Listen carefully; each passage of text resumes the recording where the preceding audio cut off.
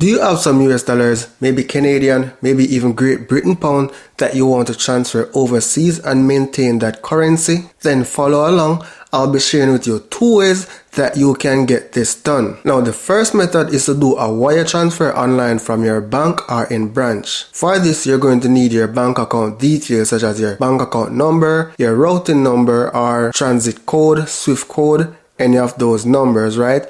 Those are the 2 things you're going to need primarily. If you do this transfer online using your online banking, whichever bank you're using, this will be cheaper than if you're supposed to go in branch, because sometimes when you go in branch, they do charge you some extra fee. Now, the wire transfer fee may range from $20 US to $50 US depending on which bank you're using or the equivalent of the currency which you're transferring to. So let's head over to my laptop now and go over the first step. So I'm going to show you how it's done. I'm not going to complete the transaction, but I'm going to give you an overview. So from your online banking portal, the information collected will look similar to this, right? The beneficiary details. This is you, your first name, last name, your address, right? And the account number. So this will be the information for the country which you want to send the money, right? Let me say that again. So if you're sending money to the United States, it's still your first name and your United States address, right? And the account number that you have overseas. And then you're going to select the currency for that account. So in this case, it's going to be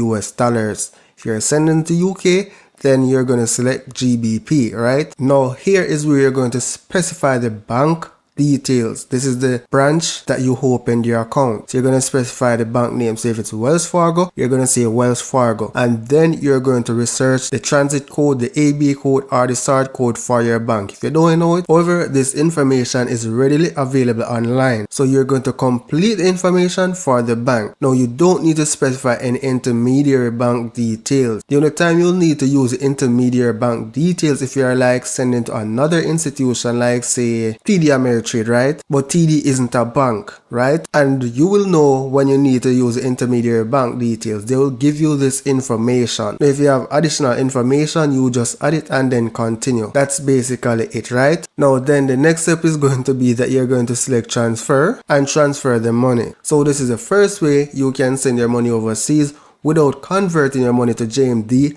and then basically buying US dollars or Great Britain pound, right? Because if you go to somewhere like say MoneyGram or Western Union, you're going to need to convert that money to Jamaican dollars. Over, like I've mentioned before, this method may cost you anywhere between $20 US and $50 US. Now let's take a look at the second method. So the second method is to use wire transfer. Now wire transfer is a money transfer services that allows you to transfer money worldwide. Now the other benefit of Wise is that it's a multi-currency account, so that means you can hold money in US dollars, Canadian dollars, or even Great Britain pound. And guess what? You can request a Wise card. So when you're opening the account, you're going to be required to deposit the equivalent of $20 US depending on where you're watching this from. And basically, once you have this bank account, you can now deposit money to this account. Now the cost to deposit money is relatively cheap. For NCB, it cost me about $500 to add money to this account. Now there are several tutorials on Wise, so you can check out those videos. I'll leave a link to one in the description below. Now once the money is in your Wise account, you can always select send money, right? And then say select from your balance, and here you can do same currency depending on which currency you use for Wise, right? Then select continue and then specify new contact, right? I'm just gonna say myself for now, and here you will specify your information that you want to receive money. Now if I had selected a Great Britain account, then